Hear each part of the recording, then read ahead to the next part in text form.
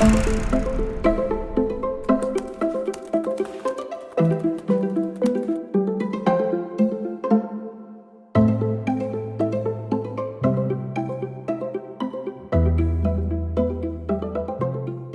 I'm writing a history of the Second World War that includes make a first step towards developing a genuinely Asian understanding of the Second World War.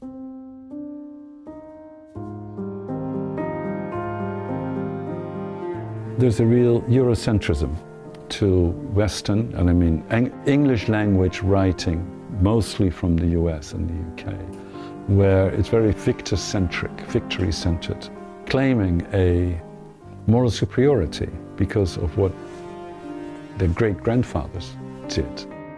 That is being used politically by everybody. All national leaders will use the Second World War to make their countries feel good about themselves. That the Second World War in China by a previous generation of Western historians was seen as sort of completely insignificant. And I think to create that kind of Asian perspective, which is this move from a war that begins as a war for empire, metaphoricizing into an Asian war against all empire, Japan or European, in favor of an Asia made up of nation states. So I think that's how the war itself transforms, and that's why all those arguments that say that, American-European arguments, that China has done nothing to defeat the Japanese, well actually it's done a lot. Of course, it's trapped Japan, and it's made the choice very clear, but it misses the point of saying this is how transformative the Second World War was in Asia and how that created sort of the Asia we now know, the Asia of Asia, sovereign Asian nation states. The origins are there, and this is hugely important.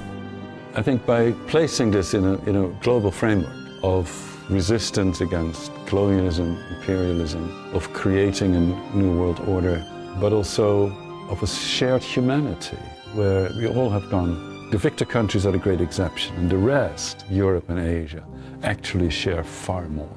And I think that needs to be recognized.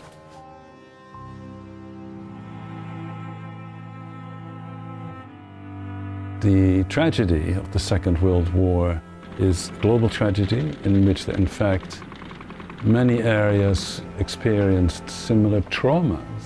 I think the kind of fate that my grandfather had would have been very similar to those of many people in China.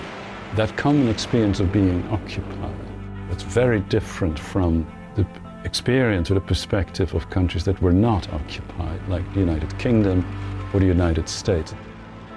When I was a child and my mother would give me food, if I would not completely eat everything on the plate, she would get so mad, so angry, because she had suffered real famine in the 44-45 hunger winter when 20,000 Dutch people died.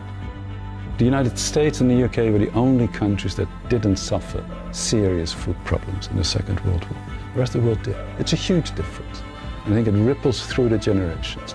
So that's why I wanted to tell that story about my grandfather, that my interest in the Second World War is partly a personal interest. It has affected me profoundly.